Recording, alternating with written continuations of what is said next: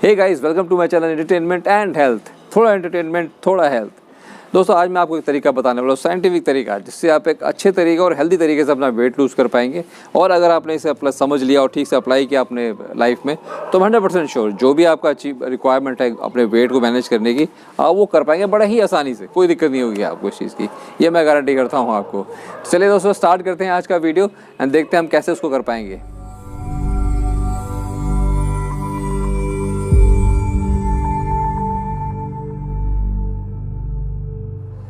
दोस्तों, साइंटिफिक तरीका जो बहुत ही आसान है समझने के लिए, बहुत कोई उसके लिए कोई रॉकेट साइंस नहीं है। एक बहुत ही सिंपल फॉर्मूला, अगर आप इसे समझ गए और आपसे कॉन्सेप्ट को समझ के अप्लाई कर दिया अपनी लाइफ में, तो आप 100% श्योर आप अचीव कर पाएंगे जो भी वेट आप चाहते हैं। अगर एक ह्यूमन मेल और एक नॉर्मल मेल और एक नॉर्मल फीमेल की अगर हम बात करते हैं, तो उनकी बॉडी की कैलोरी रिक्वायरमेंट होती है। एक फीमेल की अगर बात करें तो 1600 to 1800 कैलोरीज की रिक्वायरमेंट होती है पर डे उनको। एक नॉर्मल फीमेल की बात कर रहा हूँ। और एक नॉर्मल मेल की अगर हम बात करें, 2000 से लेकर 2200 कैलोरीज उसको चाहिए होती है पर डे, नॉर्मल जीने के लिए। मतलब कोई एक्सरसाइज नहीं करनी, कोई हम नॉर्मल काम कर रहे हैं, नॉर्मल खा रहे हैं, पी रहे हैं, पढ़ाई करते हैं, उसके लिए जो हमारी रिक्वायरमेंट है, मान लीजिए एक मेल की 2000 है। मैं अपने ऊपर एग्जांपल लेके चलता हूँ, ठीक है।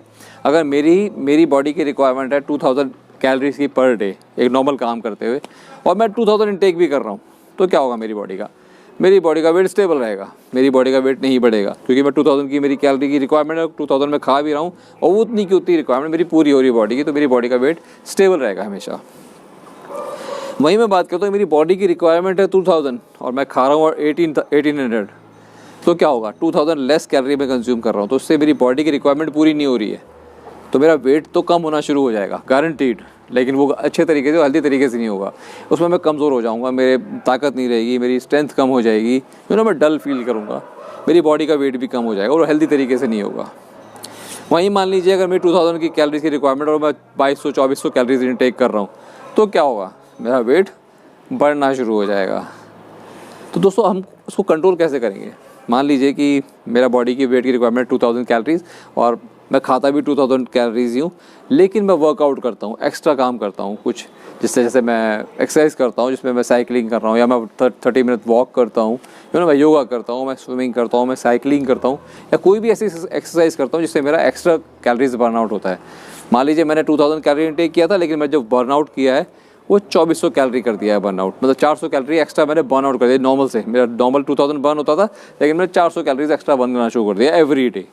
तो इससे क्या होगा, मेरी बॉडी में इम्पैक्ट आएगा, मेरी बॉडी की स्ट्रेंथ बढ़ती जाएगी, मेरे बॉडी में एनर्जी रहेगी, ताकत रहेगी, एक्स्ट्रा स्टेमिना आ जाएगा मेरी बॉडी के अंदर, क्योंकि मैं कैलोरी तो उतनी रिक्वायरमेंट, जो मेरी बॉडी की रिक्वायरमेंट है उतनी कैलोरी ले भी रहा हूँ, और लेकिन बर्नआउट कर रहा हूँ एक्स्ट्रा। तो क्या होगा, मेरी बॉडी का वेट लूज़ होना शुरू हो जाएगा और एक अच्छे और हेल्दी तरीके से होना शुरू हो जाएगा। इससे क्या होगा दोस्तों, अगर आप लॉन्गर रन में देखेंगे इस चीज़ को, तो आपको अच्छा बेनिफिट होने वाला है। तो आप सोचोगे कैलोरी बर्नआउट कैसे, कैलोरी काउंट कैसे रखेंगे अपना, बड़ा मुश्किल होता है कैलोरी काउंट रखना। ये भी मैं समझ सकता हूँ आपकी बात, लेकिन ये मैक्सिमम दोस्तों 1 महीना आपको लगेगा इसको अंडरस्टैंड करने में कि मेरी सपोज मैं दाल रोटी नॉर्मल जो खाता हूँ, दाल रोटी और सैलड या दही कुछ खाता हूँ, तो उसमें मेरा कैलोरीज कितना होता है। तो अगर हम काउंट करेंगे जनरली, तो एक बार गूगल कर लीजिए कि एक मान लीजिए मैक्सिमम एक फुल का 50 ग्राम का होगा, ज़्यादा रोटी 50 ग्राम की होती होगी। 50 ग्राम की रोटी पे अगर आप घी लगा के खा रहे हैं, तो उसका कैलोरीज कितना होता है काउंट, तो गूगल आराम से आपको बता देगा। एक सब्जी का, कोई भी सब्जी आप खाते हैं, कोई भी दाल आप खाते हैं, या कोई सैलड आप ले रहे हैं, कोई दही आप ले रहे हैं, या कोई मक्खन आप खाते हैं, तो आप सबका कैलोरी काउंट वहाँ पर मिलता है आपको ईजीली। तो आपको पता चल जाएगा उसमें फ़ैट कितना है, कैलोरी कितनी है और कितनी एनर्जी, सब आपको उसमें डिटेल मिल जाती है। अगर एक बार ये एक्सरसाइज करनी पड़ेगी आपको, 1 महीना हो सकता है आपको डिफिकल्टी है उसको समझने में, लेकिन एक बार आपको एक कॉन्सेप्ट समझ में आ गया और आपने इंप्लीमेंट कर लिया अपने लाइफ में, तो दोस्तों एक गारंटी करता हूँ कि आने वाले टाइम में कोई दिक्कत नहीं होगी, आप इजीली कर पाएंगे इस काम को। लेकिन आपको इसको फॉलो करना पड़ेगा बहुत ही अच्छे तरीके से।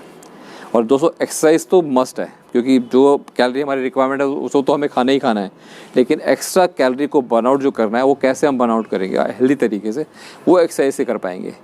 क्योंकि कैलोरी इंटेक को कम नहीं करना है, हमारी बॉडी की जो रिक्वायरमेंट है उसे हमें किसी भी हालत में इंटेक नहीं कम करना है, लेकिन हमें फ़ैट कम खाना है।